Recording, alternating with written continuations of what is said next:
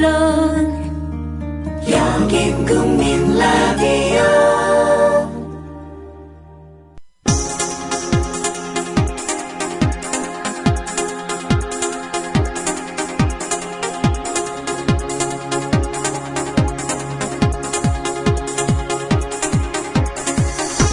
해고 이즈 해피입니다. 쫄지 않습니다. 무슨 말든 할 수 있고 눈치 보지 않고 아무거나 할 수 있더라고요. 진실을 지키는 뉴스 바리케이드. 국민일보 해직 기자 조상훈의 뉴스 바. 조상훈입니다. 6월 26일 목요일 뉴스바입니다. 오늘 짚어볼 주요 이슈입니다. KBS는 지난 11일 문창극 전 국무총리 후보자의 각종 문제 발언이 담긴 교회 강연 동영상을 국민TV 뉴스K와 동시간대에 특정 보도했습니다. 이 보도는 결과적으로 문 전 후보자의 사퇴를 이끌어냈습니다. 그런데 방송통신심의위원회가 이를 문제 삼고 나섰습니다. 방송심의 규정의 통제를 받는 KBS의 당시 보도를 심의해보겠다는 겁니다. 방심위의 수장은 박근혜 대통령의 대선 캠프 출신이자 대표적 뉴라이트 인사인 박효정 서울대 명예교수입니다.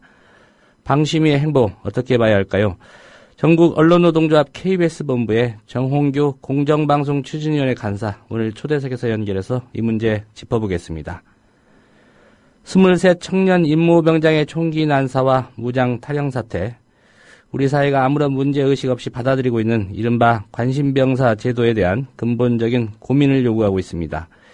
2005년 발생한 김동민 일병 사건 직후 만들어진 이 제도가 과연 실효를 거두고 있었는지, 아무 효과도 없이 군의 면피용 장치로만 작동해온 건 아닌지 고상만 전 의문사 진상규명위원회 조사관으로부터 이 문제 짚어보겠습니다. 잠시 광고 듣고 목요일 뉴스바 이어가겠습니다. 안녕하세요. 참여연대 자원활동가 맹행일입니다. 저는 정년퇴직 후 남은 인생을 보람있게 보내는 방법이 무엇일까 고민하다가 참여연대를 찾았고 올해로 14년째 자원활동을 하고 있습니다. 매달 한 번 참여연대 회원들과 시니어 공부 모임도 하고 있습니다. 무엇보다 나이 들어 함께 공부할 수 있는 동료들을 만나는 기쁨은 이루 말할 수 없습니다. 그런데 저와 같이 행복한 노년을 보낸 이도 있는가 하면은 우리 주위에는 하루하루 생활이 힘든 노인들이 많습니다.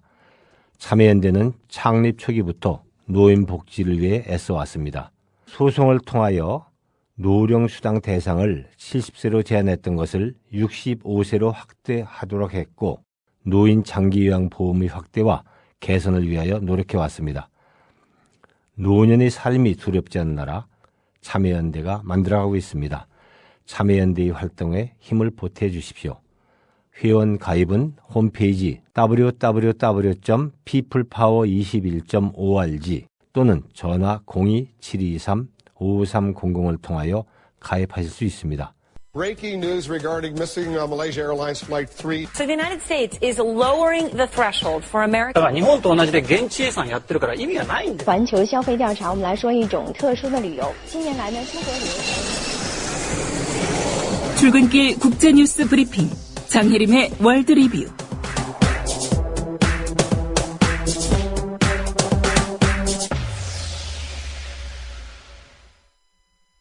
네, 밤사이 주요 국제 뉴스 정리하겠습니다. 장혜림 캐스터입니다. 안녕하십니까? 안녕하세요. 네, 엊그제 사퇴한 문창극 국무총리 후보자 외신까지 탔더군요. 그렇습니다. 뉴욕타임즈는 일본의 한국 식민지가 하나님의 뜻이라고 말한 문창극 국무총리 후보 지명자가 사퇴했다고 지난 24일 보도했습니다. 뉴욕타임즈는 문 씨가 안대희 후보자에 이어 두 번째로 국회 인사청문회가 열리기도 전에 사퇴한 박근혜 대통령의 총리 지명자가 됐다고 설명했는데요. 예. 신문은 야당 의원은 물론이고 일부 여당 의원들까지도 문 후보의 사퇴를 주장했다고 전했고요. 박 대통령이 여론을 통과할 수 있는 후보를 고를 능력이 있는지에 대한 의심이 생긴다고 밝혔습니다. 예. 문창극 씨 사퇴 파동 뉴욕타임스는 어떻게 분석하고 있습니까? 뉴욕타임즈는 문 씨의 발언이 조국의 식민화를 정당화했다는 비판이 있다고 전했는데요. 예. 일본 극우 정치인들의 식민지배 관련 주장에 문 씨의 발언이 이용될 거라는 설명이었습니다. 뉴욕타임즈는 또 일제강점기 관련 이슈가 박근혜 대통령에게도 문제가 되고 있다고 밝혔는데요. 그 이유는 박근혜 대통령의 아버지인 독재자 박정희가 일제시대 일본군 장교였기 때문이라고 설명했습니다. 예. 뉴욕타임즈는 2012년 대선 기간에 당시 박근혜 후보의 이런 가족사 때문에 그녀를 신뢰할 수 없다는 비판이 있었다고 전했습니다. 예. 문창극 시당마를 안타까워하는 일본 언론 보도는 없었던 모양이군요. 네. 한국이 미국과 일본의 고노다마 검증에 대해 협의를 했다고요? 네, 미국을 방문 중인 조태용 외무부 제1차관은 현지 시간으로 24일 윌리엄 번스 미국 국무부 부장관과 만나 일본 정부의 고노다마 검증 발표에 따른 대응 문제를 협의했습니다. 구체적인 대화 내용은 알려지지 않았는데요. 한국은 다마 검증 결과에 대해 우려를 표명했고 미국은 기존의 입장대로 일본이 고노다마를 계승해야 한다는 원칙적인 입장을 나타낸 것으로 알려졌습니다. 예. 조 차관은 미국으로 떠나기 전날 주한 일본 대사를 만나 아베 정부가 고노다마를 흠집낼수록 아베 정부의 신뢰성과 국제적 평판에 상처를 입게 될 거라고 항의했었습니다. 예상했던 결과기는 합니다만 이 상황에 대해서 일본 정부가 유감을 표시했다고요? 그렇습니다. 일본 정부 대변인은 조태용 차관이 미국의 고노다마 검증에 대해 우려를 표한 것에 대해서 한국 정부의 반응이 매우 유감스럽다고 밝혔습니다. 대변인은 또 한국이 이번 검증 결과를 냉정하게 다시 살펴봤으면 좋겠다 이렇게 말했습니다. 예. 중국에서는 항일전쟁 승리 기념일을 위한 행사 준비를 하고 있다는데 어떤 내용입니까? 올해 처음 국가기념일로 지정한 9월 3일 항일전쟁 승리 기념일을 앞두고 중국이 전시회 개최를 준비하고 있다고 중국신문사가 전했는데요. 예. 일제 침략 고발 전시관인 위만 황궁박물관은 오는 8월 일본에 건너가 특별 전시회를 개최할 계획입니다. 중국 내 다른 일본 침략 전시관들도 최근 수집한 자료들을 공개하고 있는데요. 하얼빈에 있는 일본군 731 부대 죄증 진열관은 최근 수집한 1,700여 점의 문물을 전시하면서 일본이 세균 무비 개발을 위해 자행한 생체 해부, 냉동 실험 등의 범죄를 알리고 있습니다. 예. 아무쪼록 일본 관광객들이 이런 시설들을 좀 많이 둘러봤으면 하는 바람입니다. 그렇습니다. 네, 빌 클린턴 전 미국 대통령, 최근 논란이 된 부인 힐러리 클린턴의 억대 강연, 이 발언에 대해 해명했다는 소식이 있군요.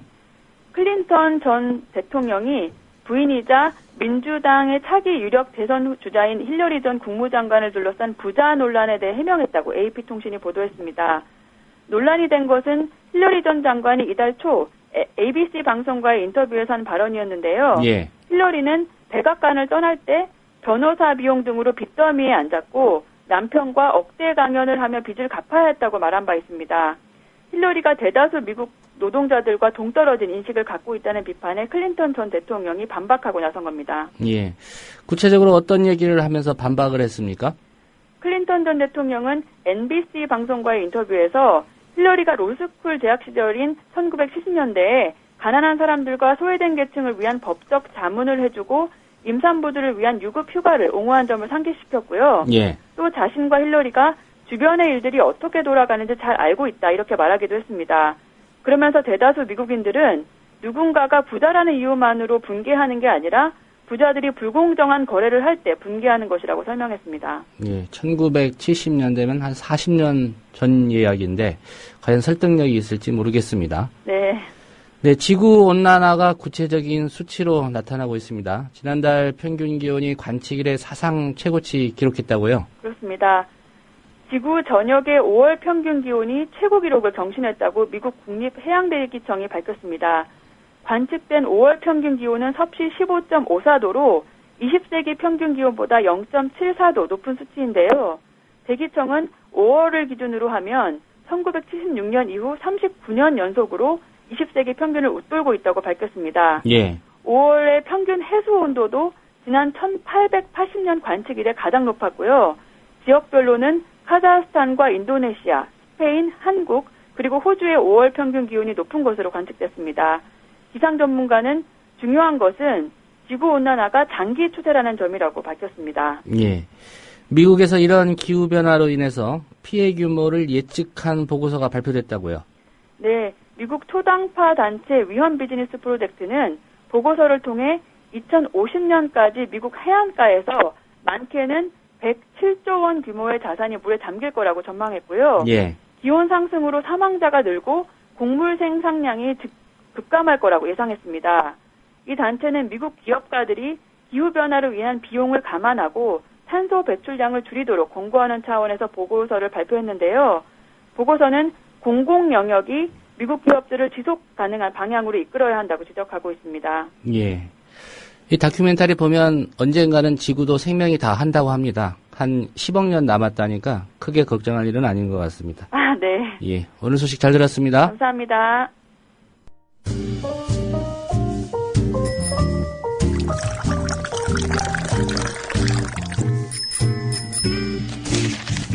아침 신문 귀로 읽기 김용민 PD의 조간 브리핑. 네, 6월 26일자 주요 조간신문들이 전하는 기사 짚어보겠습니다. 김용민 PD의 조간 브리핑입니다. 안녕하십니까? 네, 안녕하십니까? 예, 어제에 이어서 오늘의 헤드라인을 장식한 인물. 네. 예, 김명수 사회부총리 겸 교육장관 후보자군요. 예, 그렇습니다. 한국교원대 교수로 있었죠. 한국교원대 대학원 박사 학위 과정을 밟고 있는 학생 한 명이 한겨레 신문 기자에게 김명수 명예교수의 3시간짜리 강의를 들었는데 매주 1시간 반씩만 수업했다 이렇게 말했습니다. 수업에도 반빙 정신이 있었군요. 예. 반값 등록금도 아니고 반값 강의. 예, 그렇습니다. 예. 1.5학점짜리입니까 그러면? 3학점이 아니라 예. 김명수 후보자는 이번 학기 교원대에서 교육의 행정적 기초라는 3학점짜리 강의를 맡았는데 매주 수요일 저녁 6시부터 밤 9시까지 3시간 강의였습니다. 첫 수업부터 마지막까지 줄곧 절반 강의만 했다고 합니다. 그래놓고는 말이죠. 김명수 후보자가 뭐라고 했느냐. 어디 가서 1시간 반만 수업한다는 얘기는 하지 말라. 이렇게 당부했다는 겁니다. 예. 반토막 강의뿐 아니라 조기 종강도 문제입니다. 윤관석 새정치민주연합 의원은 김명수 후보자가 6월 11일로 정해진 이 과목 종강의를 5월 28일로 앞당겼다 이렇게 밝혔습니다. 김명수 후보자는 학생들한테 인사청문회 준비로 바빠서 일찍 종강한다 이렇게 설명했다고 합니다. 김명수 후보자는 반토막 강의마저 매우 부실하게 운영한 것으로 알려졌는데요. 한겨레 신문과 인터뷰한 그 대학원생은 수업 시간의 많은 부분을 아들 이야기와 개인사 따위로 채웠다. 심지어 학생들의 생각은 고려하지 않고 박근혜 대통령 찬양에 가까운 발언을 해서 불쾌한 적이 많았다. 멀리 지방에 와서 지금 뭘 듣고 있나 싶은 적이 많았는데 차라리 일찍 종강해서 좋다. 이렇게 말했다고 합니다. 한편 나승일 교육부 차관은요. 다음 달 3일로 예정된 전교조 교사들의 조퇴 투쟁에 대해서 학생 학습권 침해가 우려되는 만큼 법과 원칙에 따라서 엄정하게 대응할 것이다. 이렇게 밝혔습니다. 전교조가 수업을 조정해서 학생들의 학습권 침해는 없도록 하겠다. 이렇게 밝혔는데 말이죠. 예. 받아들여지지는 않았습니다. 교육부 장관 후보자는 조퇴하는데 네. 이 전교조 교사들은 조퇴하면 안 됩니까? 게다가 이 김명수 후보자는 합법적이지 않은 그런 파행적 예. 편법 조퇴고 전교조는 법에 기초한 조퇴를 한다는 거 아닙니까? 예. 한국교원대 대학원 박사학위 과정에 있는 학생들의 학습권은 뭔지 네. 예, 묻고 싶습니다. 누구는 되고 누구는 안 되고 예, 이런 거지요. 예, 한겨레 오늘 3면 기사입니다. 한국일보 2면으로 가보겠습니다. 새정치민주연합 박홍근 의원실에서 밝힌 건데요. 김명수 후보자가 한국교원대 교육학과 교수로 재직하던 2010년과 2012년 두 차례에 걸쳐서 정치 후원금을 기부하고 10만 원 한도의 세액 그리고 소득공제를 받았습니다. 그러나 국가공무원법 제65조에 따르면 공무원이 선거에서 특정 정당 또는 특정인을 지지 또는 반대하는 행위를 금지하면서 구체적인 사례로 기부금을 모집 또는 모집하게 하거나 공공자금을 이용 또는 이용하게 하는 것이다 라고 명시하고 있습니다. 말하자면 정치 후원금 기부 행위도 여기에 저촉된다는 것이죠. 기부할 당시 한국교원대 교수로 재직하면서 교육공무원 신분이었다는 점을 감안한다면 불법 행위에 해당하는 기부금 모집을 한 셈이 됩니다. 예. 자, 그런데 말이죠. 앞서 검찰은 통합진보당에 가입하거나 당비 혹은 소액 후원금을 낸 혐의로 교사와 공무원을 무더기 기소했었죠. 공무원의 정치적 중립 위반에 대해서는 이렇게 엄중한 잣대를 들이댔던 검찰입니다. 누구는 되고 누구는 안 되고 제2탄입니다. 이게. 예. 검찰에 고발해야 되겠군요. 글쎄 말입니다. 누군가가. 예. 아직 고발 단계까지 가지 않았기 때문에 김명수 후보자에 대해서 검찰이 봐줬다 이렇게 말할 수는 없는데요. 예. 누군가 고발을 하면은 수사에 들어가겠죠. 형평성 고려하지 않을 수 없을 테고요. 예. 사교육 업체 주식에도 투자하고, 네. 예. 정치인에게는 예. 후원금을 기부하고요. 네, 그렇습니다.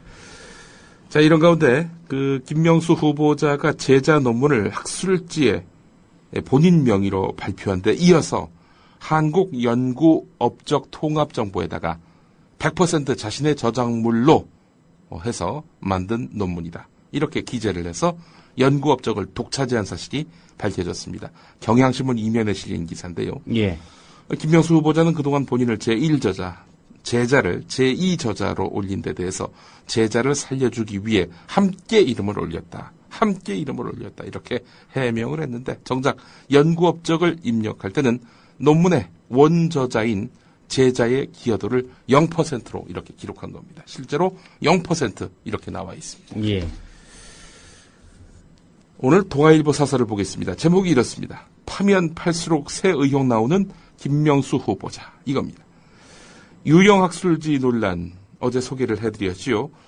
한국교원대가 학술지를 발행하는데 이름이 학교경영이다. 내가 거기다가 논문을 냈다. 이 김명수 후보자가 밝힌 거 아니겠습니까? 자, 그런데 한국교원대는 학교경영이라는 학술지를 발행한 적이 없다. 이렇게 밝혔습니다. 허위 경력을 내세웠다는 의혹도 있었죠. 서울대 사대부설 교육연구소 특별연구원이다. 이렇게 본인의 경력을 적었는데 그러나 서울대가 제출한 증명서에 따르면 김명수 후보자는 조교로 재직했을 뿐입니다. 예. 조교와 특별연구원은 분명히 다르지요.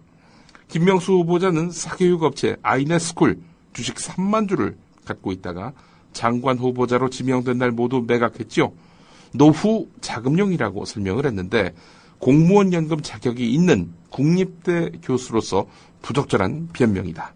이렇게 동아일보는 질타하고 있습니다. 또 제자의 논문을 가로챘거나 다른 사람의 논문을 표절했다는 의혹도 무려 10여 건 제기되고 있고 제자 논문을 가로채 3건의 논문으로 1270만 원의 연구비를 타낸 점, 이건 거의 형사처벌감이 아니냐라는 것이 동아일보의 시각입니다. 예. 그러면서 동아일보는 지금까지 나온 의혹만으로도 김명수 후보자는 높은 도덕적 수준이 요구되는 교육부의 수장 자격이 없다. 그는 보건복지부, 고용노동부, 환경부, 문화체육관광부, 여성가족부까지 관할하는 사회부 총리를 겸한다는 것은 더욱 맞지 않는 일이다. 이렇게 질타를 했습니다. 문창극 전 총리 후보자가 모략당했다는 동아일보 아닙니까? 그런 동아일보가 김명수는 안 된다. 이렇게 논지를 펴고 있습니다. 이는 중앙일보도 마찬가지입니다. 예. 김명수 후보자, 지금 2010년 9월에 대통령 직속 국가교육과학기술자문회의 자문위원으로 재직하면서 교육과학기술부가 발주했던 교육수요 변화에 대응하는 교원 양성 체제 구축 방안이란 연구 용역을 따냈다고 합니다. 본인이 자문위원이면서 이 교육부에 연구 용역을 따냈다는 거지요. 이를 두고 학계에서는 사실상 연구 용역 수임을 매기로 해당 기관과 유착 관계가 발생할 수 있다 이렇게 우려하고 있습니다. 예. 이것도 상당히 중요한 문제인데 말이죠. 워낙 의혹들이 메가톤급 의혹들이 많아가지고 이거는 곁가지로 소개를 해드리는 그런 사안이 됐습니다. 근데 이 김명수 후보자뿐이 아닙니다.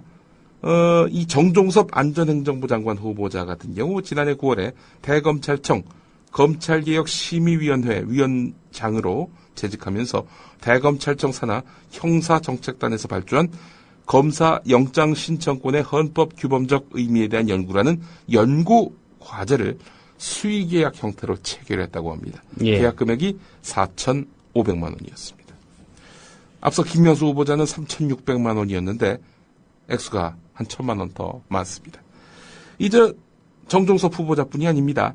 최양희 미래창조과학부 장관 후보자 같은 경우도 포스코 사회이사로 재직할 당시 이 최양희 후보자가 소속된 연구실에서 포스코 ICT, 예전에는 포스데이터라는 이름의 회사였는데 예. 여기 지원을 받아서 2차례 프로젝트를 수행했다고 합니다.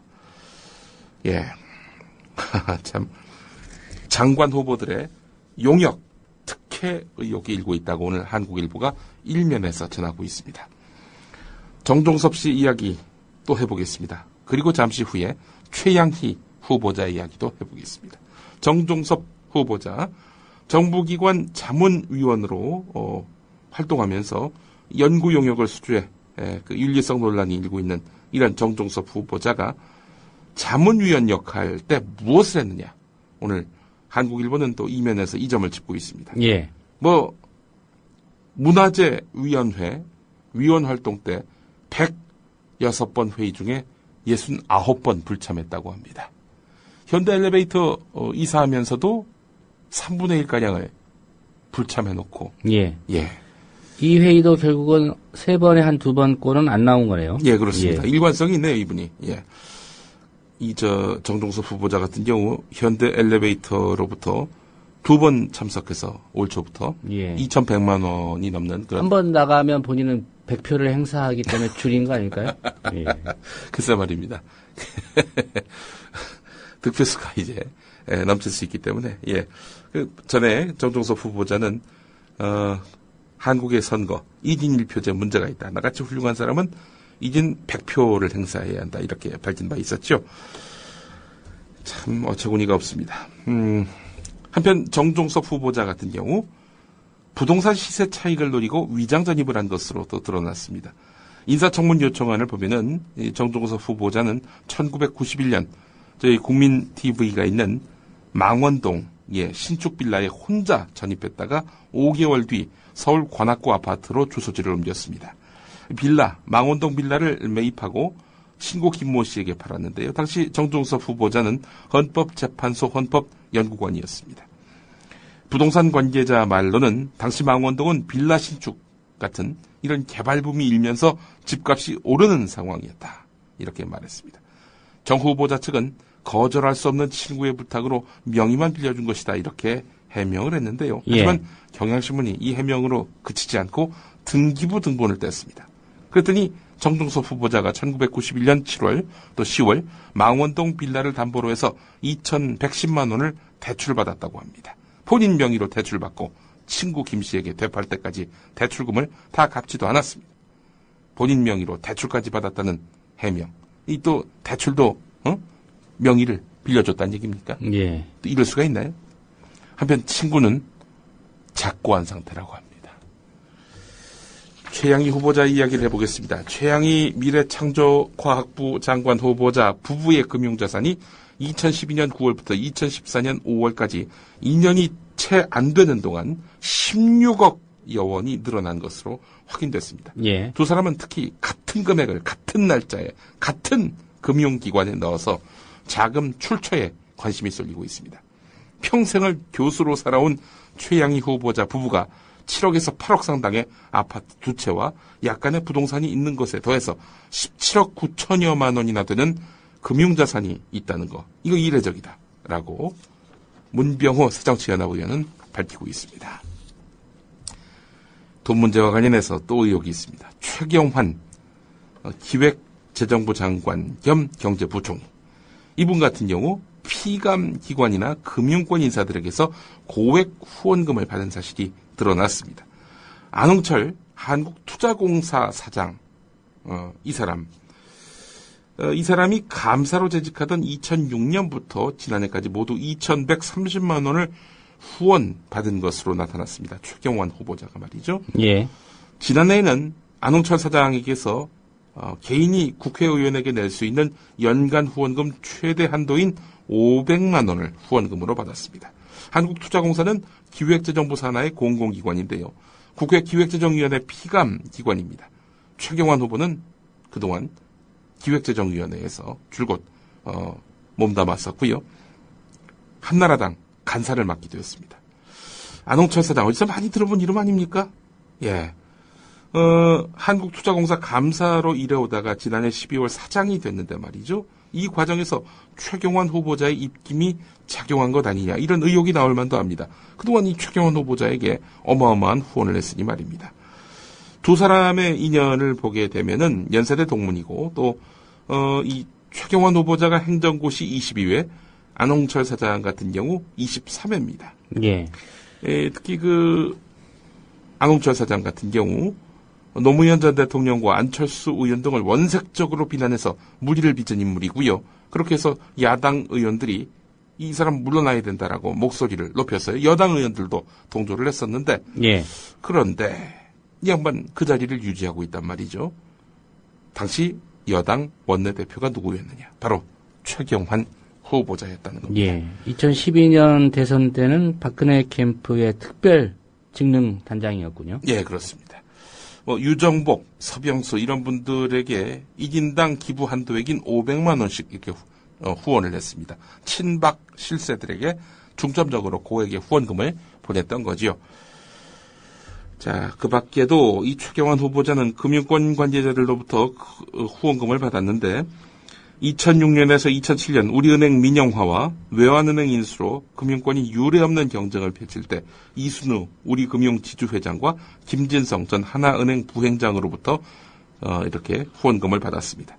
2011년에는 임기영 대우증권 대표이사와 정진석 전 동양증권 대표에게서 또 후원금을 받았습니다.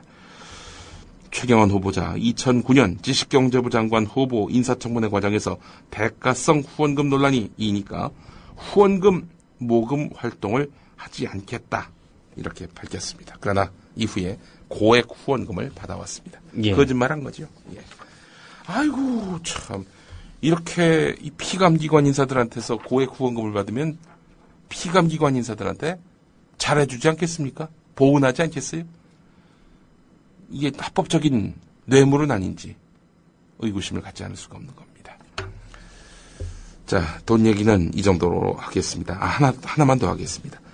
워낙 많으니까. 이기권 노동부 장관 후보자, 고용노동부 장관 후보자지요. 직무 관련성이 높은 온라인 교육업체의 주식을 갖고 있다가 장관 내정 직후에 팔아서 수천만 원의 시세 차익을 거둔 것으로 확인됐습니다. 크레듀라는 온라인 직업교육을 하는 그런 업체의 주식이었는데요. 예. 자, 직무 관련해서 이렇게 주식 수천만 원 시세 차익을 거뒀다 제가 말씀을 드리지 않았습니까? 고용노동부가 주관하고 한국직업능력개발원이 시행하는 인터넷 통신훈련 기관평가에서 1위를 차지했던 업체가 바로 크레듀입니다. 자, 당시에 이기권 고용노동부 장관 후보자는 노동부 차관으로 재직하던 터였습니다. 예.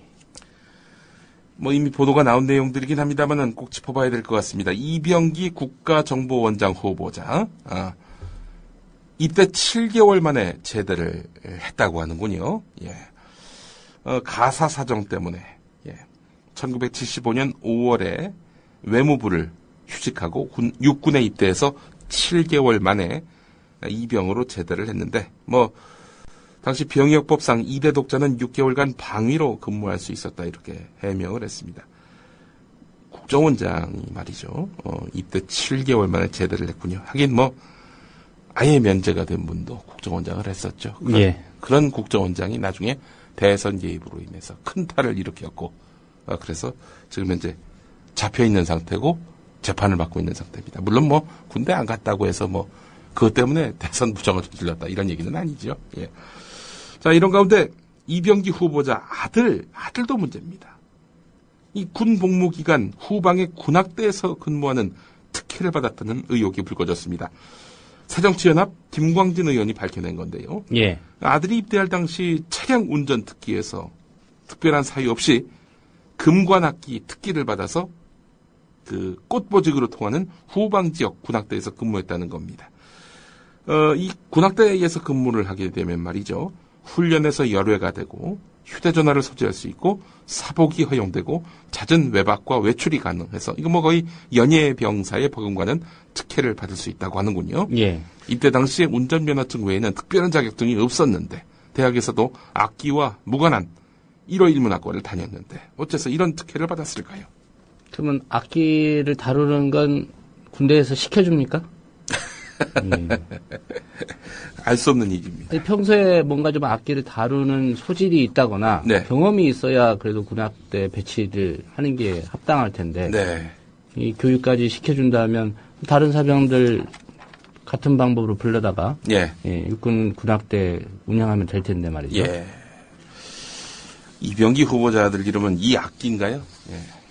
뭐 말도 안 되는 개그 한번 해봤습니다. 박근혜 대통령과 이완구 새누리당 원내대표가 문창극 낙마 다음날 전격 회동을 했습니다. 회동은 국무위원, 그러니까 장관을 비롯한 8명의 국회 인사청문회를 앞두고 박근혜 대통령이 여당에게 협조를 당부하면서 단속에 나선 것으로 풀이됩니다. 단속에 나선 것으로 풀이되는 그 정황 가운데 하나가 이례적으로 회동이 있었다라고 민경욱 대변인이 이렇게 브리핑을 했다는 점입니다. 예. 야, 지금 원내대표가 대통령 만나고 있거든? 왜 만나는지 알지? 뭐 이런 일종의 신호가 아니겠는가 풀이할 수 있다는 겁니다. 경향신문이 사면에서 주목한 내용입니다. 자, 이런 가운데 청와대 인사위원회 거수기였나? 이런 의문을 오늘 국민일보가 3면에서 제기하고 있습니다. 박지원 새정치연합 의원이 어제 비선 라인이 인사를 하고 있다는 의혹을 국민과 정치권 등에서 하지 않고 있느냐라고 말을 했습니다. 박관영 전 국회의장 같은 경우도 이 비선 라인에서 인사를 했을 가능성을 이렇게 시사했는데요. 만만회라는 이름이 있습니다. 박지만, 이재만, 정윤회. 박근혜 대통령에게 핵심 측근이자 또 동생으로 꼽히는 사람들. 박지만, 이재만, 정윤회 해서 만만회인데 예. 그래서 이 사람들이 결국 인사농단을 한 것이 아니냐라는 의구심이 일고 있습니다. 비선 라인들이 추천했다고 해서 그렇게 해서 김기춘 실장은 그저 거수기 역할만 했다고 해서 김기춘 실장의 책임이 사라지는가? 그렇지 않다는 목소리가 더 거세다고 국민일보가 전하고 있습니다. 야당은 물론이고 여당 내부에서도 김기춘 실장이 도의적인 책임을 져야 한다는 이야기가 나온다. 한 초선 의원은 김 실장이 현 여권에 도움이 되는 것보다는 짐이 되는 경우가 많은 것 같다라면서 이렇게 직격탄을 날리기도 했습니다. 김기춘과 무관하다라는 이런 이야기인데요. 그 김기춘 실장 유임을 위한 어떤 포석의 일환인지 이것도 의문입니다. 예. 김기춘 실장 그동안 실세로 분류되었고 그 전만은 뭐 여당 실세들도 부인하지 않았는데 말이죠. 갑자기 어느 한순간부터 정윤회가 등장하고 박지만이 등장하고 그러면서 김기춘은 실종되고 대체 이게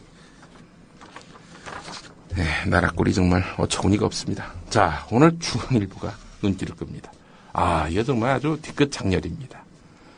오늘 정의화 국회의장과 인터뷰를 일면에 실었는데 사돈의 팔촌까지 파헤치는 청문회 반드시 바꾸겠다는 워딩을 머릿기사로 다뤘습니다.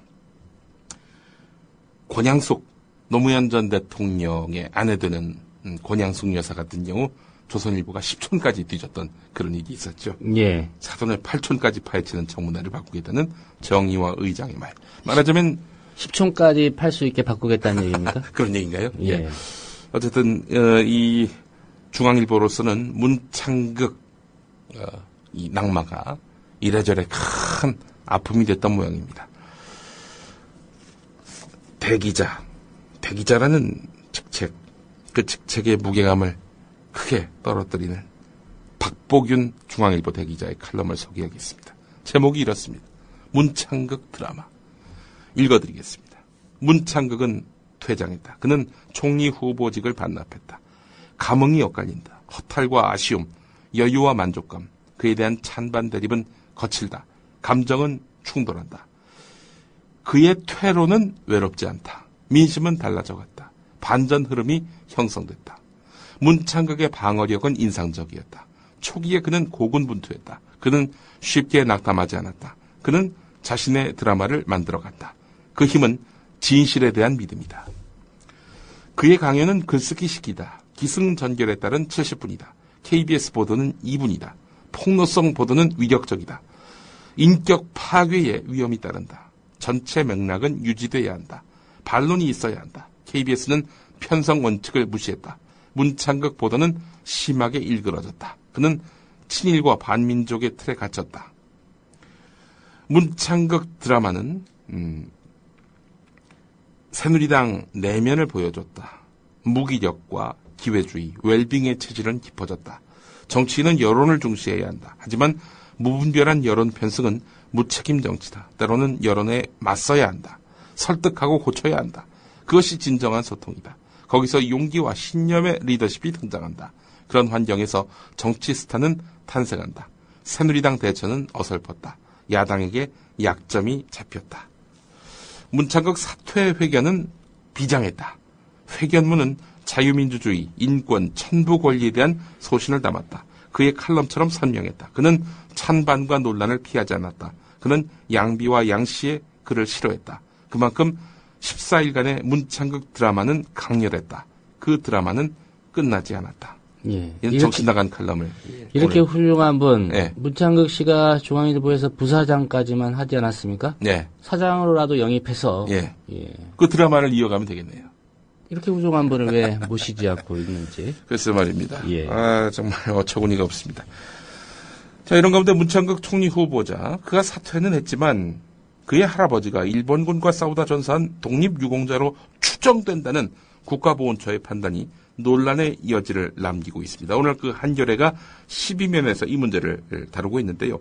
국가보훈처가 친일파라는 오명을 썼다는 문창극 전 후보자에게 명예로운 퇴로를 열어준 셈이 됐는데, 하지만 이런 판단을 급조하면서 허점이 드러나면서 여러 반론이 나오고 있다는 겁니다. 어제 우리 국민라디오 조상훈의 뉴스바에서 이준식 연세대 연구교수와의 인터뷰에서 상세히 나와 있습니다만은, 문창극 씨가 자기 할아버지라고 주장하는 문남규 선생, 그런데 1921년에 순국한 걸로 되어 있지 않습니까? 예. 보훈처 발표는 그렇습니다. 그런데 문창극 씨는 3.1운동 때 돌아가셨다는 거예요. 3.1운동이 언제 있었습니까? 1919년이죠. 그렇습니다.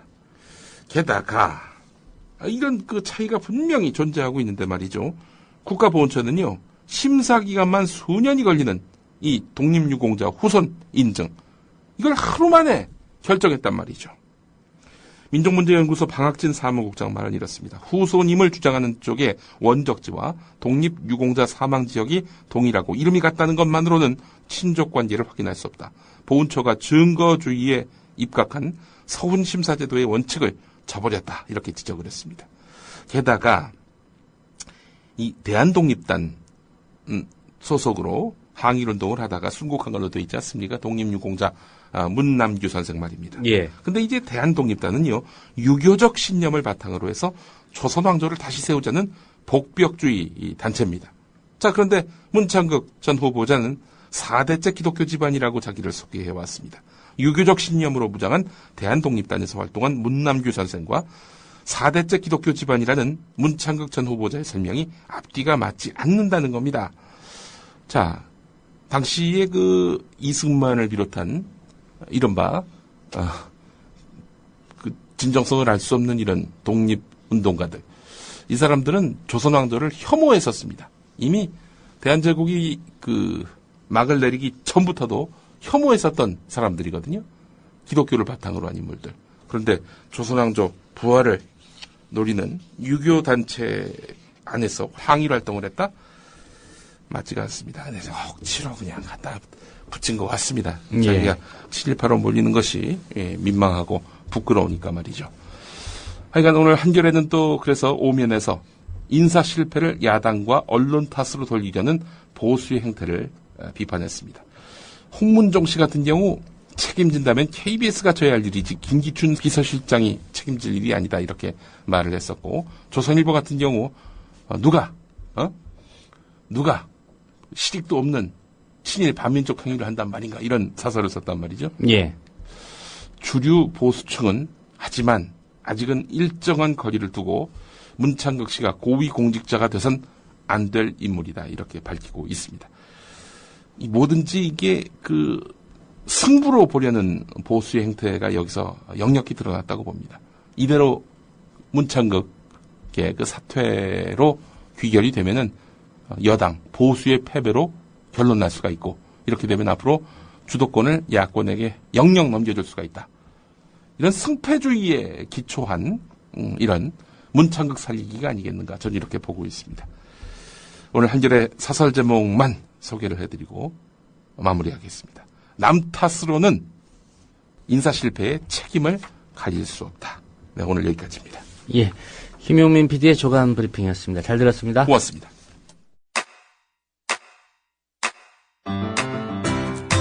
국민 라디오 지지하는 4가지 방법 아시나요? 다운로드하기, 별점 주기, 댓글 달기, 구독하기. 국민 라디오를 보다 많은 이들에게 전할 수 있는 가장 손쉬운 방법. 다운로드하기, 별점 주기, 댓글 달기, 구독하기. 잊지 마세요.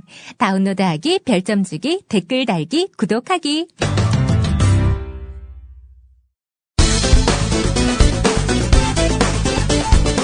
(1971년) 당시 야당이었던 신민당 의원들이 제출한 오치성 내무부 장관 해임 건의안. 여당인 공화당 의원들 일부가 동의했는데 한마디로 대통령 박정희에게 여당 의원들이 비켓을 날린 사건. 조순영 전 의원이 JTBC에 나와 당시를 회고하는데, 그리고 이제 중앙정보부 때는 그런 일이 있었죠. 그 내무부 장관이 오치성 씨라고 있었는데, 네, 오치성 내무부 장관이 있었죠. 네. 지금 행안부. 네. 대통령이 아주 신임 있는 분인데 야당에서 해임 건의안을 냈어요. 네. 야당에서 뭘 잘못했다고. 그랬더니 그때 여당이 공화당인데 네. 자기네들끼리 그 암투가 있어가지고 이걸 가결을 시켜버렸어요. 그랬군요. 그런데 해임 안 할 수 없거든요. 그렇죠. 그냥 박정희 대통령은 불같이 화가 났다고. 네. 야당은 소수니까 야당만 찬성하면 안 되는데 네. 여당이 합세해가지고 가결을 시켰단 말이에요. 그러니까 그날 저녁에 원내 총무를 비롯해서 하는 그 여당 의원들, 야당 의원은 뭐 헛수 그걸 내버려 두고 여당 의원들을 100여 명을 중앙정보부 지하실로 다 끌어갔어요. 우와. 그래가지고 얻어맞기도 하고요. 예. 왜 대통령 저 뜻을 어기고 말이지 함부로 이러는 거 말이야. 그래가지고 원내 총무도 그만두고요. 그때 그 여당 내에 이제 4인방이라고 실세들이 있었어요. 네 분이. 이들 다 퇴진하고요. 하여간 큰 저기나. 아니 의원들이 정보기관들한테 맞았어요? 그러면 맞기도 하고 그냥 끌려가는 거예요. 그냥 오래면 가고 그 당시엔 그랬습니다. 이와 관련해 이재희의 이 작가가 쉽게 풀이하고, 그래서 당시 중앙정보부장이 이후락이었습니다. 이후락. 공작 정치의 달인. 대가. 그렇습니다. 그래서 이후락 불러서 야, 저 새끼들 뭐냐? 네가 알아서 조져라. 이렇게 돼서 말입니다. 남산으로 끌려가죠. 네 사람이? 네 사람이 다 끌려갑니다. 정말 하늘을 나는 새도 떨어뜨린다는 그 권력자 네 사람이. 그런 게 어딨어요. 그러니까 그 순간은 아니었겠지만 어쨌든 그 전까지만 하더라도 이 사인이. 그렇습니다. 감히 상상도 할 수 없는 거죠. 그러니까 남산에서 이 사람들 데려가라고 했을 때도 이 사람들은 내가 누군지 알고 그래. 이랬었죠. 그렇지. 그런 게 때만 있으니까 하더라도. 일단 가서 얘기합시다. 가자마자 작살나는 거죠, 뭐. 이게 얼마나 두드러 맞았냐면요. 김성곤 씨 트레이드 마크가 이거 카이젤 수염이라고. 카이젤 수염. 이렇게 있지 않았습니까? 하늘로 이렇게 콧수염이 하늘로 싹 솟은 거. 그게 트레이드 마크였어요. 그래서 맨날 그 콧수염 주물럭주물럭거리고 했는데 이 콧수염을 말이죠. 다 뜯겼습니다. 쪽집게로 하나씩. 한올 뽑아 고문이야. 근데 이거는 고문이기도 하지만 아니 국회의원 다선 국회의원의 한 그룹 총수의 회장인데 저 기떼기 새파란 수사관이 털을 뽑으면서 이 새끼 이름을 뽑아도 얼마나 자존심 상하고. 그렇지. 안 그렇습니까? 아픈 것도 아픈 거지만. 그렇습니다. 문창극은 안 된다는 여당 의원들 주장. 보수 인사 최재욱 씨는 그때처럼 정보기관의 여당 의원들 끌어가 코털 뽑을 수도 없고 이러며 아쉬움을 표하는데, TV조선에 나와서 했던 말. 그때는 그래도 그걸 어떻게 대통령이 치료했냐 하면은 그 반대한 사람들 전부 중앙정보부 잡아갔어요. 잡아가가지고 그 박근혜 대통령의 전임 지역구인 달성군 있지 않습니까? 달성군 출신의 그 주동이 누구냐 하면 달성군 출신의 그 김성곤 의원입니다. 김성곤 쌍용의 창업자죠. 그 사람은 사실상 고문을 이 코털까지 뽑는 고문을 가했어요. 그래갖고도 해서 그래도 원내 세력을 잡아나갔어요. 근데 지금은 어떻습니까? 지금 그리 못하게 돼 있지 않습니까? 뭐 그래 해서도 안 되죠. 네. 시대가 바뀌어서. 그러니 무슨 수단이 없다 이죠. 그래서 뭐 그런 생각이 했겠습니까만은 아이고 나도 양기부라는 게 옛날처럼 분위기 한 있었으면 아이고 나도 양기부라는 게 옛날처럼 분위기 한 있었으면 문창극은 된다는 사람들의 수준.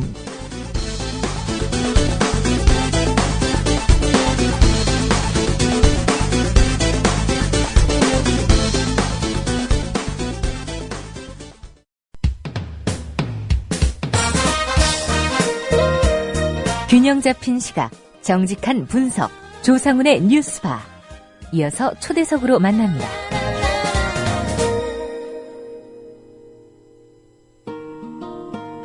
방송통신심의위원회가 KBS의 문창극 교회 강연 동영상 보도를 심의하겠다고 나섰습니다. 방심위의 수장은 대표적 르라이트 학자이고 박근혜 대통령의 대선 캠프 출신인 박효정 서울대 명예교수입니다. 참고로 방심위가 문제 삼은 보도, KBS와 같은 시간대 국민TV 뉴스K도 특정 보도를 한 바 있습니다. 전국언론노동조합 KBS 본부의 정홍규 공정방송추진위원회 간사 연결해서 방심위의 KBS 심의 문제 짚어보도록 하겠습니다. 정 간사님 안녕하십니까? 네, 안녕하세요. 예. 일단 방심위가 해당 보도 심의하겠다, 이런 네. 어떤 절차적인 근거가 있을 텐데요. 예. 네. 어떤 근거를 제시하고 있습니까? 예, 뭐 사실 뭐 정확한 사실은 뭐 제가 아니라 방심위가 뭐 답해야 할 사실일 텐데 제가 좀 파악한 수준에서 좀 설명을 드리면 예. 이제 그 방심위는 그 KBS 문창극 씨 보도와 관련해서 90여 건의 심의 요구 민원이 접수됐다. 그래서 그리고 이 보도가 결국 총리 후보의 사퇴까지 이어질 정도로 사회적 파장이 컸던 만큼 심의가 불가피하다, 이런 입장을 갖고 있는 것으로 좀 파악하고 있는데요. 예. 그래서 그 민원의 주 내용은 KBS가 문 씨의 발언 내용을 왜곡했다. 그리고 이는 방심위의 심의 규정상 방송의 공정성을 위반한 혐의가 있을 수 있다. 이런 것이라고 합니다. 예, 90여 건의 심의를 요구하는 민원이 접수됐다고 하는데 이렇게 민원이 접수되면 방심위가 심의를 할 수 있는 겁니까? 그 민원이 제가 알기로는 접수됐다 해서 모든 민원을 다 심의하는 건 아니고요. 예. 그 민원이 들어온 것 가운데 이게 심의할 여지가 있다, 이런 건 방심위가 자체적으로 판단하는 것으로 알고 있습니다. 예. 민원이 없더라도 본인들이 판단하기에 이건 심의 대상이다라고 하면 심의는 가능할 것 같은데 예. 이번 경우에는 본인들이 좀 부담을 느껴서일까요? 민원을 좀 이유로 내세운 것 같은데 어떻게 보십니까?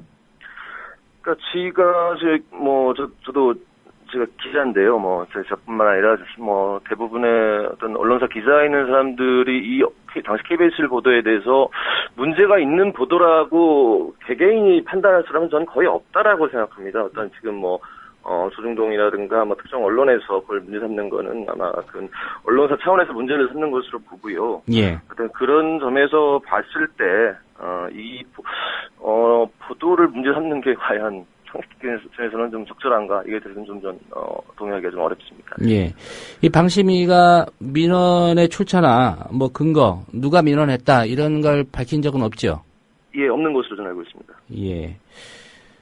뭐 말씀을 하실 수 있을지 모르겠지만 이 KBS의 취재와 이 보도 경위를 놓고도 몇 가지 얘기가 좀 네. 달리 좀 나왔습니다. 네. 이 부분 혹시 말씀하실 수 있으신가요? 예, 뭐, 제가 KBS 전체를 대변할 수는 없지만, 저희가 KBS 입장도 나왔고요. 예. 개인적으로 생각하는 것을 같이 해서 몇 가지 말씀을 드리면, 보통 대표적으로 얘기하는 게 짜깁기를 해서 전체 발언의 취지를 왜곡했다라는 지금 게 대표적인 주장인데, 예. 먼저 짜깁기라는 용어를 좀 받아들이기가 힘듭니다. 일반적으로 짜깁기 보도라고 하면은 맥락이 다른 곳에 있는 문장이나 단어를 갖다 붙여서 새로운 의미를 의도적으로 만들어내는 보도를 보통 우리가 일컫고 있는데요. 그런데 KBS 보도는 이런 짜깁기 보도가 아니라 문창극 씨의 강연 내용 가운데 문제가 있다고 판단되는 부분을 발췌해서 발언 그대로를 내보낸 발췌 보도였습니다. 예. 당시 보도를 보면 문 씨에 대해서 친일이나 반민족적이라는 표현과 같은 주관적인 평가를 한 대목은 한 대목도 없었습니다. 그리고 다만 발언 내용을 중심으로 상당히 드라이하게 보도를 했습니다. 그리고 발언의 취지 왜곡이라고 하는 부분 관련해서는 KBS는 강연의 취지 자체를 문제 삼는 게 아니었습니다. 그 취지가 어떻든 간에 문 씨의 강연 곳곳에서 드러나는 그의 가치관과 세계관이 과연 대통령과 함께 행정부를 이끄는 수반으로서 적절한가를 묻는 것이었어요. 예. 예를 들어서 게으르고 자립심이 부족하고 남한테 신세지는 게 우리 민족의 DNA로 남아있다. 게으르고 일하기 싫어하는 나라에 선교사들이 와서 변화시켜라라는 등의 발언을 들어보면 문 씨가 근대 제국주의식의 서양 열강들의 논리와 유사한 생각을 갖고 있는 것으로 보이는데요. 이런 사람이 과연 지금 우리나라의 총리로서 적절한가? 뭐 이런 문제를 제기한 것이죠. 예. 마지막으로 한 말씀만 더 드리면 KBS가 반론권을 제대로 보장하지 않았다라고 주장하고 또 하고 있는데요. 이건 사실이 아닙니다. KBS는 보도 당일 5차례에 걸쳐 총리 후보자와 총리실을 통해서 보도 내용을 설명해주면서 반론을 들으려고 했는데요. 예. 문창국 씨는 청문회에서 답변하겠다고만 답해서 발언에 대해 해명할 수 있는 반론권을 스스로 포기했고 그리고 KBS는 이 같은 입장은 녹취 그대로 당일 뉴스에 보도했습니다. 예, 5차례나 반론 기회를 줬지만 청문회에서 답변하겠다 이렇게만 얘기했다는 거죠. 네네. 예, 이 보도가 결국은 그 문창극 전 후보자의 낙마로 이어졌습니다. 이 방심위의 이번 심의 그리고 물론 민원이 있었다고 하지만은 네. 일종의 보수 세력에 의한 정치적인 어떤 보복이다, 대응이다 네. 그런 판단하고 계신가요? 전 방심위 심의뿐만 아니라 지금 최근 일련의 흐름에 좀 주목해야 한다고 생각하는데요. 예. 지난 주말 MBC가 그 문 씨의 강연 동영상을 40분간 보여주는 그 문창극 대담을 긴급 편성하지 않았습니까? 그때부터 중앙일보를 중심으로 한 이른바 그 조중동 등 보수 언론이 한 목소리로 KBS를 공격하면서 KBS의 왜곡 보도로 발언의 취지가 왜곡됐으니까 청문회에서 들어봐야 한다는 주장을 펼쳤습니다. 예. 개인적으로 이런 프레임과 그리고 KBS에 대한 공격은 보수 언론들과 정권과의 어떤 교감을 통해서 기획된 게 아닌가 하는 의심을 갖고 있고요. 그리고 방심위의 심의 또한 이런 일련의 흐름 속에 있다고 생각됩니다. 예. 길환영 전 사장이 결국은 이제 노조에 의해서 사퇴를 했습니다. 뭐 이 부분을 또 고려한 어떤 조치라는 그런 해석도 있는데 이 부분에는 어떤 입장 갖고 계십니까? 그러니까 길환영 사장을 몰아낸 데 대한 안갚음이라기보다는 길환영 사장 퇴진 이후에 지금 KBS가 전에는 좀처럼 보기 힘들었던 권력에 대한 비판이 되살아나자 이에 대한 경고를 보내는 게 아닌가라는 생각이 드는데요. 예. 정권의 입장에서는 앞으로 한 2주 이내에 정권의 입맛에 맞는 새로운 사장이 임명될 것이다 이렇게 생각할 텐데요. 그때까지라도 좀 KBS가 경거망동하지 말라 이런 메시지를 보내는 게 아닐까라는 생각이 듭니다. 예, 가정이긴 합니다만은 길환영 사장이 만약에 있었다면 이 보도 나갔겠습니까? 나가기 매우 힘들었을 거라는 생각입니다. 예. 또 아시겠지만 방심위 위원장이 대표적인 뉴라이트 인사라고 할 수 있는 박효정 서울대 명예교수입니다. 네. 또 위원 중에도 여러 우파적인 성향을 갖고 있는 분들이 포함이 되어 있고요. 네. 이번 심의 어떤 절차로 또 어떤 결과가 나올지 예단할 수는 없겠습니다만은 노조 입장에서는 어떻게 전망하고 계십니까? 솔직히 방심위 심의에 대해서 우리 노조 차원에서 할 수 있는 건 별로 없습니다. 성명서를 내거나 기자회견을 하는 정도인데 이 정도로는 압박이 사실 되지 않을 거고요. 다만 저희는 이번 사안이 전과는 달리 그동안 방심위가 어떤 정치적 심의를 했다는 많은 비판을 받아왔는데 그러나 이번에는 어떤 정권이나 박효정 위원장의 생각대로만 되지는 않을 수 있다라는 생각이 듭니다. 문창극 씨의 발언에 대해서는 일반 국민들은 물론이고 보수 세력 내에서도 공감하지 않는 사람들도 많고요. 예. KBS 보도가 기존의 언론 관행에 비춰볼 때도 문제가 있는 보도라고 단정하기가 어려울 것이라고 생각되기 때문에 여당이 추천한 방심위원들 내에서도 이견이 있을 수가 있어서 제재 결정은 쉽지는 않을 것이다 이렇게 생각하고 있습니다. 예.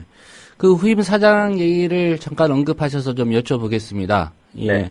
지금 KBS 사장 선임과 관련해서 이제 특별 다수제나 사추위 도입 이 요구를 지금 양대 노조가 하고 있지 않습니까? 예.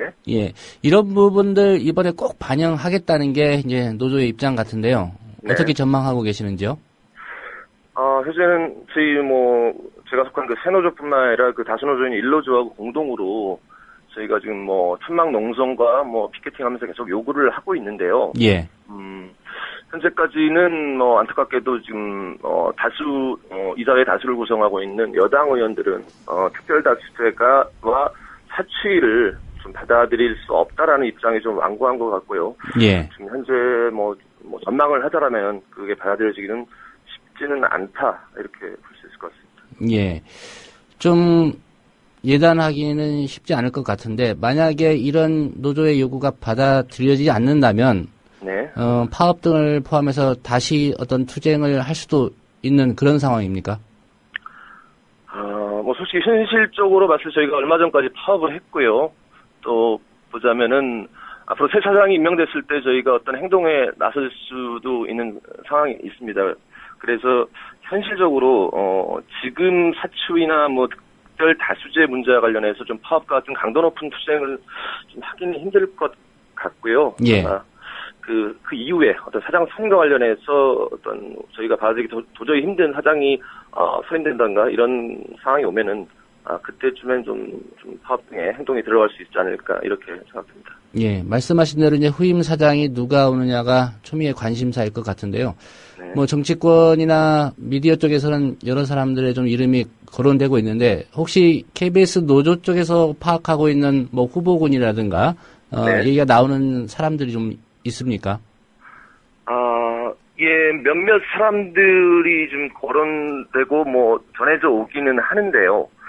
일단 저희가 그 신뢰성에 대해서 좀 담보하기가 힘들고, 예. 또 실제로 그분들이 지원을 했는지도 지금 현재로서는 확인이 안 됐기 때문에, 그분들이 실명을 거론해서 저희가 말씀드리기 좀 어려울 것 같습니다. 예.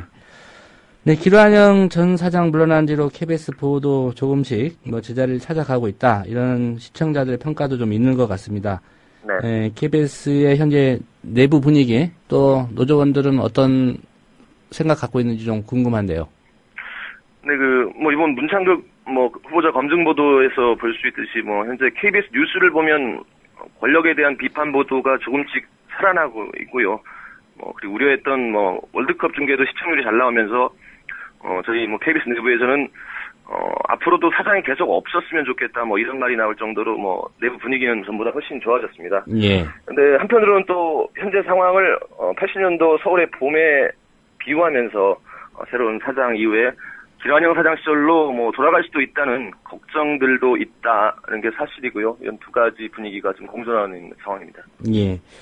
사장 퇴진에 간부들까지 나섰던 게 좀 여타 언론사들의 어떤 그 사측과의 대응에서 좀 네. 다른 부분이었는데 네. 기자들, PD들 보도하고 프로그램 만들면서 좀 즐겁게 일하고 있는지 그것도 좀 궁금합니다. 지금 기란영 사장, 김시곤 전 국장의 폭로에서 잘 알 수 있듯이 어떤 정권의 오더를 받은 사장에 의한 뉴스와 프로그램에 대한 개입이 사라지면서 현재 기자나 PD들의 제작 자율성이 좀 높아지고 있습니다. 그리고 현재 기자들의 경우에는 기자협회와 보도본부가 공동으로 보도의 독립과 뉴스의 개선을 다루는 두 가지 TF를 만들어서 앞으로 새로운 사장이 들어오더라도 보도본부 차원에서 뉴스의 독립성과 제작 자율성을 보장할 수 있는 제도적 방안을 마련하고 있는데요. 예. 또한 전에는 생각하기 어려웠던 일인 것 같습니다. 예. 저 개인적으로 좀 한 가지 궁금한 건 김시곤 전 보도국장에 대한 KBS 그 후배 기자들 또 사내 평가는 좀 어떤지 궁금한데요. 네. 그전에는 좀 비판의 대상이었고요. 결과적으로 이제 기란영 사장 퇴진 과정에서는 좀 중요한 역할을 한 것 같기도 한데 어떻게들 평가하고 있습니까? 방금 말씀하신 그대로인 것 같은데요. 그분에 대한 평가는 공과가 다 있다고 보는데 관은 당연히 그 지난 1년 반 동안 보도국 뉴스를 책임지는 보도국장으로서 어떤 보도 뉴스를 왜곡하고 이런 데 있어갖고 중요한 역할을 했다. 그 당시까지는 1년 6개월 동안 어떤 사장의 오더에 저항하지 못하고 뉴스를 그렇게 만든 책임은 분명히 있다고 생각하고요. 다만 기자회견 등을 통해서 폭로한 거는 어떤 KBS를 위해서는 잘한 일이었고 그런 용기에 대해서는 후배 기자들이나 구성원들도 높이 평가하고 있습니다. 예. 특별 다수제나 이제 사추위 도입 부분이 관철되지 않더라도 결국은 네. KBS 사장이 누가 오느냐가 중요할 것 같은데요. 네. 노조 입장에서 또 KBS 구성원들이 생각하는 적어도 이런 사람이 와서는 안 된다라는 기준은 있을 것 같습니다. 어떤 가이드라인 혹시 갖고 계십니까? 예, 저희가 조합에서 몇 가지 조건에 대해서 저희가 뭐 기준을 마련해서 이사회에 전달도 했고요. 그래서 저희는 기본적으로는 정치적 독립성과 어떤 방송의 공정성을 담보할 수 있는, 지켜낼 수 있는 그런 사장이 필요하다고 보고요. 그래서 예. 다만 그 어떤 정당과 관련이 있던 사람이라든가, 방통위 같은 규제기관에 머물러왔던 사람, 이런 사람들 같은 경우에는 저희가 좀 받아들이기 힘들다, 이런 입장을 좀 갖고 있습니다. 예. 끝으로 이번에 길한영 사장 그 퇴진까지 많은 시청자들 또 국민들이 이제 KBS 노조와 함께 좀 응원을 해준 것 같습니다. 네. 시청자들에게 하신 말씀이 있다면 네. KBS 구성원이시기도 하니까 한 말씀 부탁드리겠습니다.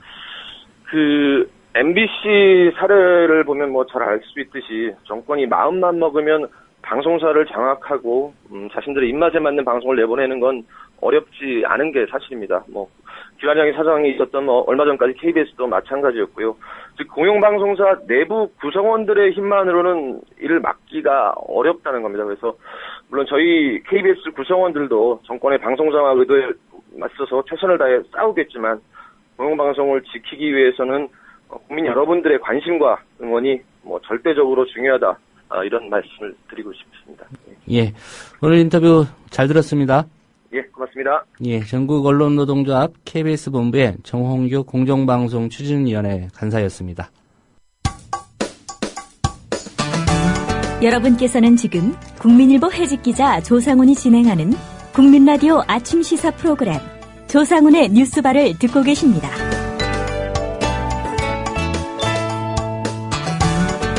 네, 2005년 세상을 떠들썩하게 했던 김동민 일병 사건 기억하실 겁니다. 경기도 연천 최전방에서 근무하던 김동민 일병이 수류탄을 던지고 총기를 난사해 동료 장병 8명을 숨지게 하는 그런 사건이었습니다. 이 사건 직후에 우리 군이 부랴부랴 내놓은 대책이 있습니다. 바로 관심사병 제도입니다. 10년 가까이 진행된 이 제도에 대한 실험, 임병장 사건 앞에서 실패로 끝난 게 아닌가 그런 분석들이 나오고 있습니다. 군 당국이 이 제도를 사고가 터진 뒤 면피 목적으로 악용해온 것 아니냐 이런 의심도 나오고 있습니다. 고상만 전 의문사 진상규명위원회 조사관으로부터 이 관심사병 제도를 중심으로 이번에 불거진 임병장 사건 자세히 짚어보도록 하겠습니다. 네, 고조사관님 안녕하십니까? 예, 안녕하세요. 고조사관입니다. 이 임병장 사건으로 이른바 이 관심사병 제도라는 게 다시 주목을 좀 받고 있는데요. 네. 먼저 이 제도가 어떤 제도이고 또 어떻게 도입이 됐는지를 좀 설명을 해주시죠. 예, 원래 이제 관심사병이라고 지금 흔히 많은 분들이 이제 부르시는데 이 관심사병의 정식 명칭은 이제 보호관심병이 원래는 정식 명칭이에요. 보호관심병이요? 예, 보호관심병이 이제 정식 명칭인데, 지금 말씀하셨던 것처럼 2005년도에 연천의 28사단에서 이제 김동민 일병이 지금과 같은 방식으로 똑같이 수류탄과 또 총기를 난사해서 모두 8명이 목숨을 잃게 된 큰 비극적 사건이 발생을 했고, 그때 당시에 엄청나게 많은 사람들이 이제 충격을 받았죠. 예. 그때 당시에 이제 김동민 일병이 난사 사건으로 이제 처음 이제 그런 것이 이제 사람들에게 알려져서 충격을 줬다면, 이번에는 이제 임병장은 무장한 상태에서 또 탈영까지 해서 또 2, 3일을 그렇게 국민적으로 이제 불안감을 떨게 해서 이제 더 충격을 줬던 건데,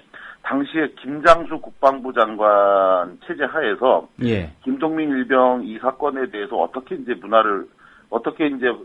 재발 방지를 할 거냐. 그래서 가장 주축으로 나왔던 방안이 뭐였냐면, 사병들의 처우 조건을 좀 획기적으로 개선하자.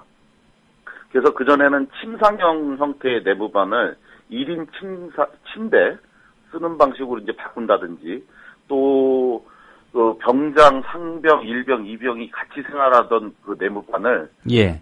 같은 계급에 있는 사람들이 생활관을 같이 쓰도록 하는, 지금 그래서 이제 일병은 일병끼리, 이병은 이병끼리 이런 식으로 지금 바뀌어 있는데, 그런 것이 바로 당시에 도입됐던 거였고, 그리고 또 하나가 바로 이 보호관심병, 지금의 관심사병 제도를 본격적으로 도입을 해서 김동민 일병과 같이 이제 뭔가 문제가 있거나 정서적으로 군복무 적응에 어려움을 겪고 있는 사람들을 조기에 찾아내서 자살 우려자 또는 이런 이제 부대 내에서 정서적으로 적응을 못하는 사람뿐만 아니라 누군가를 구타하거나 가혹행위를 해서 문제가 돼서 영창을 갔다 온 사람들 이런 사람들을 이제 관리하던 제도가 이제 바로 이런 관심사병 제도였던 거죠. 예.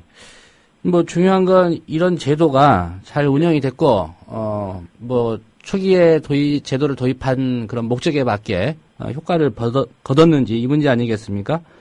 결국은 지금 비슷한 사건이 또 터졌고요. 어떻게 평가하십니까? 김동민 일병 사건 후에 이제 방금 말씀드렸던 것처럼 이런 해결책으로 제시했던 게 관심 사병 제도였는데 저는 개인적으로 사실상 실패한 제도라고 저는 분석하고 있습니다. 관심 사병으로 이제 해당 사병을 분류만 할 뿐이지 사실상 일선에서는 이 사병 어떻게 관리하고 문제점을 어떻게 해결할지에 대해서 능력도 또 노력도 또 예산도 뒷받침이 되지 않고 사실상 이제 부담스러운 존재로만 그 지휘관들 사이에서 이제 그 대화가 되고 있고 뭐 이런 얘기를 해요. 대대장 즉 중령급에 있는 사람들이 한 개 대대를 관리하는 것만큼 부담스러운 게 한 명의 관심사병이다. 그리고 실제로 보면은 내용은 좋아요. 주 4회 이상 그 관심사병하고 면담을 하도록 관장하고 있거든요. 근데 이게 사실상 가능한가요? 대대장이 일은 안 하고 일주일 중에 4일 이상을 관심사병하고 대화를 해라. 그러니까 사실상 형식적으로 될 수밖에 없고 이번에도 마찬가지로 임병장이 그런 식으로 관리가 제대로 됐다면 벌어지지 않은 사건인데 저는 이번에 한꺼번에 이런 게 다 발생을 했고 특히 이 관심사병은 어떤 그 견제나 또는 뭐 감시나 이런 대상이 아니라 도움과 보호를 받아야 되는데 그게 아니라 관심사병은 사실상 문제사병이라는 말을 그 순치시켜서 쓰는 표현일 뿐이지 사실상 문제사병으로 낙인 찍혀서 오히려 이로 인해서 다른 사병들 사이에서 더 큰 좌절과 절망만 주고 있는 그런 현실이다. 이렇게 저는 보고 있습니다. 예. 그렇다면 이 제도 자체를 지금 당장이라도 폐지해야 된다고 보십니까? 저는 매우 시급하다. 저는 이렇게 생각을 하고 있고요. 관심사병에 대해서 현재 3단계로 이제 구분해서 A, B, C로 해서 하는데 A는 그 사실상 군 전력에서 배제시키는 형태죠. 그래서 이제 이런 GOP 근무 같은 경우에는 이제 배제되고 B급과 C급만 이제 GOP에 투입을 하고 이렇게 했던 건데 저는 사실상 이들이 부대에서 관리 가능한 수준으로 이게 숫자를 차라리 관리를 해야 된다. 현재 지금 보면 우리나라 군이 62만 명 정도고요. 그 중에서 군에서 판단하고 있는 이 관심사병의 숫자가 약 5만 명 정도. 그 중에서 아주 심각한 수준은 2만 명 정도로 보는데. 한 개 사단 정도 되네요. 예. 근데 이제 이게 사실은 군이 관리할 수 있는 정도의 숫자가 아니잖아요, 이게. 그래서 사실은 관리도 못하면서 이렇게 분류만 해놓고 그냥 방치해두고 있는 것은 이건 사람이 그냥 면피용이다.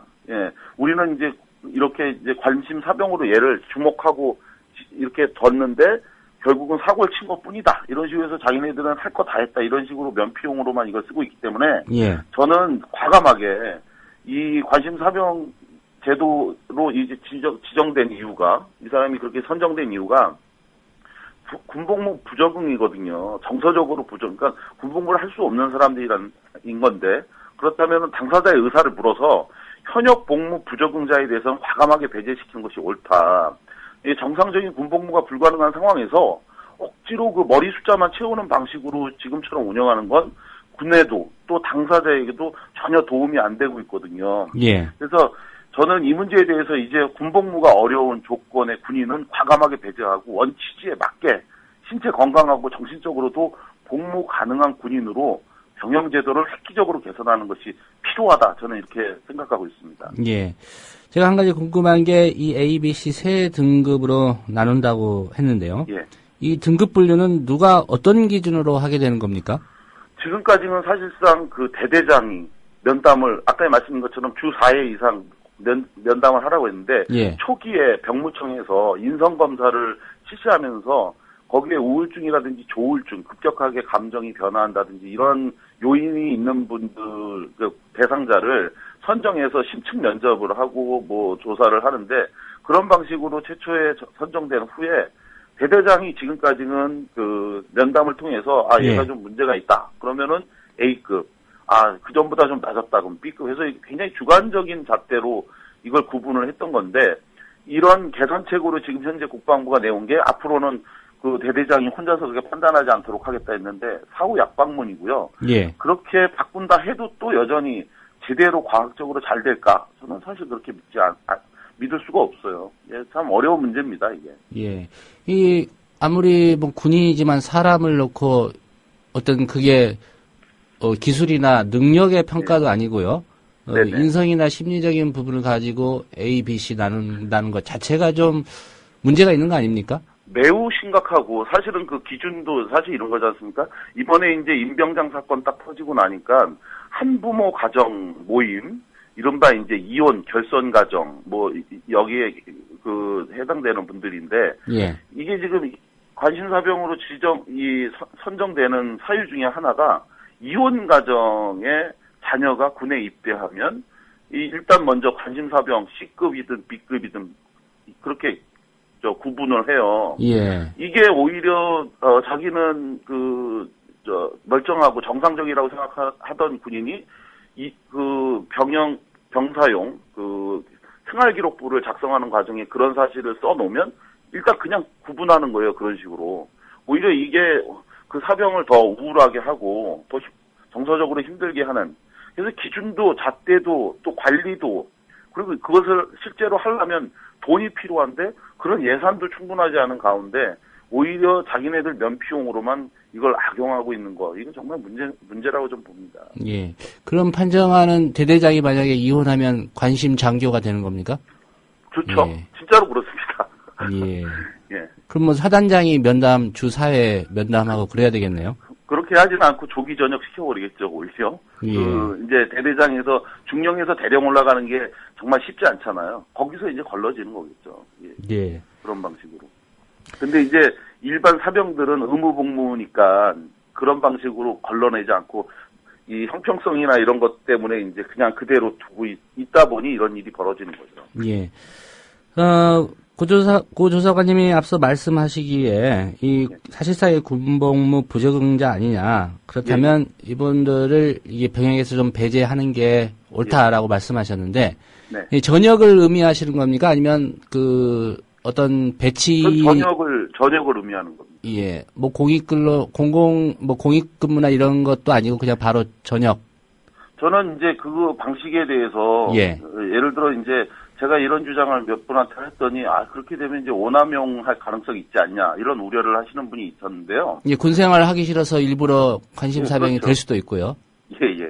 근데 국방부 측도 사실은 이미 어제 오늘서부터 군복무 부적응자에 대한 전역 기준을 대폭 낮출 계획을 준비하고 있는 것으로 현재 알려지고 있거든요.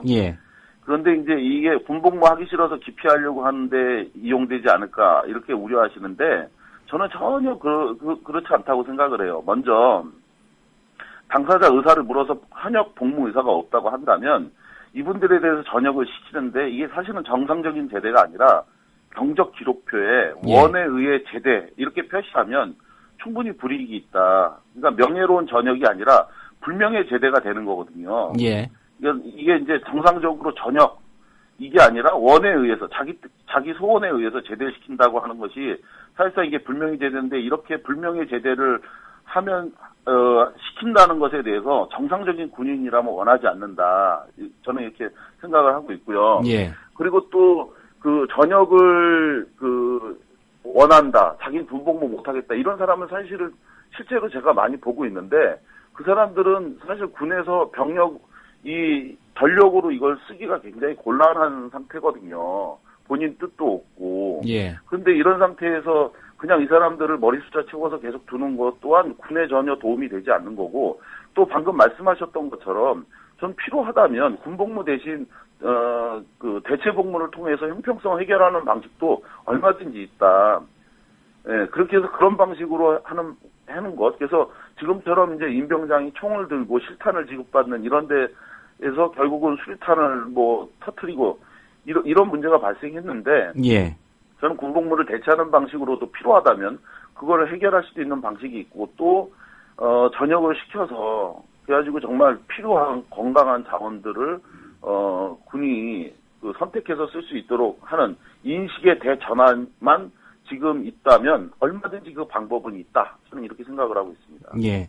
단순하게 병력의 숫자가 줄어서 뭐 군 전력이 약화된다. 이 부분보다는 차라리 이런 대상자들은 전역을 시키는 게 오히려 군 전력을 유지하는데 더 합리적일 것이다. 이런 생각이시군요. 아까 전에 말씀드렸던 것처럼 일선에 있는 대대장들이 대대 하나를 운영하는 것만큼 관심사병 한 명을 관리하는 게 부담스럽다라고 실제로 얘기를 하고 있다니까요. 예. 예를 들어서 관심사병 한 명이 만약 이와 같은 사고가 나거나 또는 군대에 끝내 적응을 할 수가 없어서 스스로 목숨을 끊거나 이렇게 하는 것이 사실은 부대 전체에도 굉장히 큰 영향을 미치고 있죠. 예. 그리고 또 그 부모 입장에서도 사실은 그런 거예요. 내 아들이 많이 아프다. 어려서부터 사람들하고 적응이 잘 안 된다. 그리고 사회생활 하는데 부적응이 있으니 우리 아이가 걱정이 많이 된다. 이런 얘기를 많이 해요. 그런데 군은 걱정하지 마십시오. 잘 데리고 있습니다. 그러다가 자살해버리거나 무슨 사고가 나면 우리는 그냥 관심사병으로 잘 관리했는데 끝내 사고가 났다라고 면피용으로만 쓴다니까요. 예. 그러니까 실제로 아무 관리도 안 되고 있는데 그냥 자기네들 면피하기 위해서 또는 제대시킬 수 있는 근거나 명분이 없으니까 그냥 두고 있으면서 야, 쟤 사고 치나 안 치나 잘 보고 있어. 이렇게만 하니까 그러니까 다른 사병들도 다 아는 거예요. 제가 관심사병, 문제사병, 이른바 부대 내 고문관. 그렇게 되니까 이 사람은 더욱더 위축되고 그리고 기수에서 열애되죠. 고참이 후임으로 인정을 안 하고 후임이 또 고참으로 인정을 안 하는 이런 게 이제 문제인 거죠. 어차피 안 되는 관리를 머리 숫자 때문에만 이렇게 하는 건 대단히 잘못됐다 저는 그렇게 생각해요. 예. 뭐 어느 정도 예상을 다들 하시겠지만 이런 그 병사가 많고 또 이런 사고가 발생하면 그 지휘관의 어떤 인사고과라든가 문책 이 부분 때문에 또 적극적으로 대응하지 못하는 그런 측면도 있습니까? 사실은 군에서 가장 부담이 없는 건요. 군에서 가장 부담이 없는 건 걔는 원래 관심사병이었습니다라고 하면 평상시에 부대 관리는 잘했구나 이렇게 되는 거고 그래서 그 사병이 만약에 자살했다라고 하면 아무도 책임을 묻질 않아요. 현재 구조가. 예. 그래서 이제 그 당사자 숨진 군인의 부모는 억울해하는 거죠. 두 가지인데 하나는 사건 자체에 의문이 있다는 것도 있지만 내 아이가 문제가 있어서 어렵다고 얘기했는데 끝내 들고 가서 끝내 이렇게 내가 데리고 있었다면은 또는 부대 내에 이런 그 위계 질서, 강압적인 분위기 그리고 또 그 과정에서 필연적으로 발생할 수밖에 없는 이런 폭언이라든지 얼차려라든지 정신교육 같은 거 이런 분위기에 끝내 적응하지 못해서 목숨을 잃었는데 왜 군이 책임지지 않느냐 이런 불만을 많이 지적하거든요. 예. 그래서 저는 지금 상태에서도 군이 이런 문제에 대해서 우리는 책임 없다라는 식으로만 일관해서는 제2, 제3의 이런 유사 사건은 끊임없이 계속되지 않을까 이런 우려를 갖고 있어요. 예. 특별히 이번 사고 대응하는 과정에서 뭐 제도 자체의 문제는 말씀을 잘 지적해 주셨고요. 우리 군의 대응에 대해 많은 문제점이 있는 걸로 이렇게 확인이 됐습니다. 임병장 후송 과정에서 이른바 뭐 가짜 임병장 바꿔치기 이런 일도 있었고요. 또 그 추격 작전 하면서 실탄이 없는 총을 든 그 관심병사가 또 투입돼서 언론에 대대적으로 보도가 되고 했는데 군의 이런 대응들 어떻게 보고 계십니까?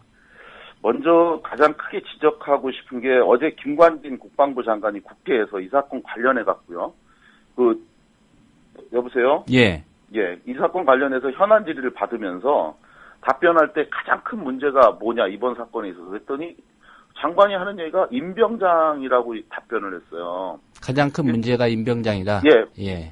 군의 문제, 개인의 문제, 환경적 문제, 어느 거냐 이렇게 했더니 임병장이 가장 큰 문제다 이렇게 답변을 했는데 정말 저는 그 답변 듣고 정말 크게 놀랐습니다.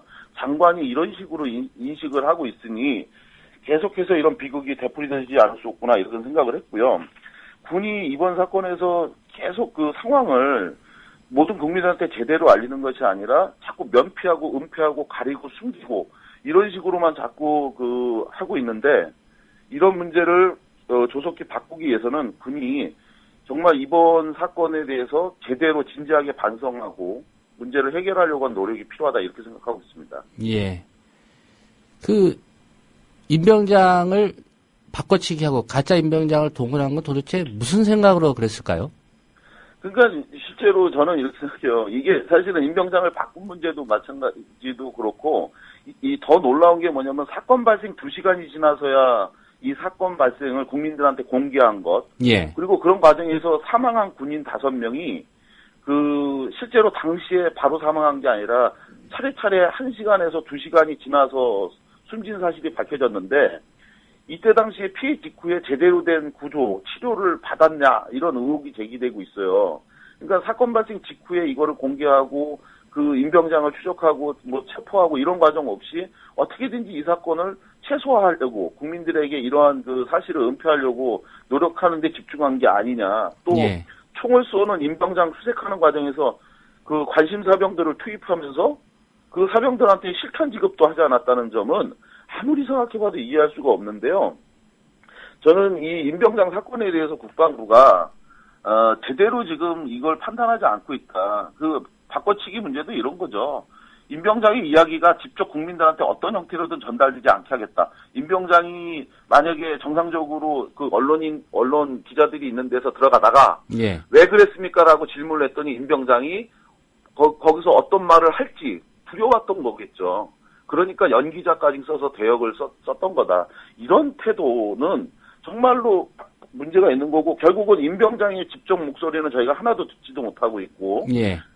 그러다 보니까 결국 김관진 장관이 임병장 그 사람이 가장 큰 문제다라는 식으로 또 비난하고 결국은 임병장 하나가 정말 그 관심사병 중에 가장 큰 문제점이다라는 식으로만 해서 이 문제 돌파해서 나가겠다라는 판단인데 저는 이런 과정에서 그 임병장 수색하는 과정에서의 문제점 또 이 사후 조치에 행하는 태도 이걸 보면서 아마 저도 그렇지만 많은 국민들이 이 사건 보면서 이거 진짜 전쟁 나면 이 정도 수준의 대한민국 군이 정말 제대로 된 판단 속에서 전쟁이나 제대로 할 수 있을까 이런 걱정 아마 하신 분들 많았을 거다 이런 생각을 하고 있어요. 그래서 예. 이런 부분과 관련해서 군이 2005년도에 김동민 일병 사건 당시에 정말 반성하고 잘못했고 개선하겠습니다라고 했는데 그 9년 후에 그 똑같은 유사 사건이 발생했는데 해결 방식은 그때보다 더 나은 게 하나도 없어요. 예. 또 이런 형식으로 한다면 앞으로 언제 또 이런 사건 발생할지 모르기 때문에 관심사병 문제에 대해서 또 부적정한 군인들의 문제에 대해서 단순히 걔네들한테 오히려 몇 혜택을 주는 게 아니냐 이렇게 보는 게 아니라 예. 진짜 군대 가는 건 자랑스럽고 아무나 가는 게 아니다라고 하는 문화를 만드는 차원에서라도 그래야 정말 정상적인 군이 건강하게 생활하지 않나 이런 생각합니다. 네, 오늘 말씀 잘 들었습니다. 예, 고맙습니다. 예, 네. 전 의문사 진상규명위원회 고상만 조사관이었습니다. 예, 제도 자체에 대한 존폐 여부를 심각하게 고민해야 될 그런 상황인 것 같습니다. 오늘 뉴스바가 준비한 소식은 여기까지입니다. 지금까지 김효진 PD였고요. 저는 조상훈이었습니다. 내일 오전 7시 30분에 다시 인사드리겠습니다. 들어주신 여러분 고맙습니다. 여기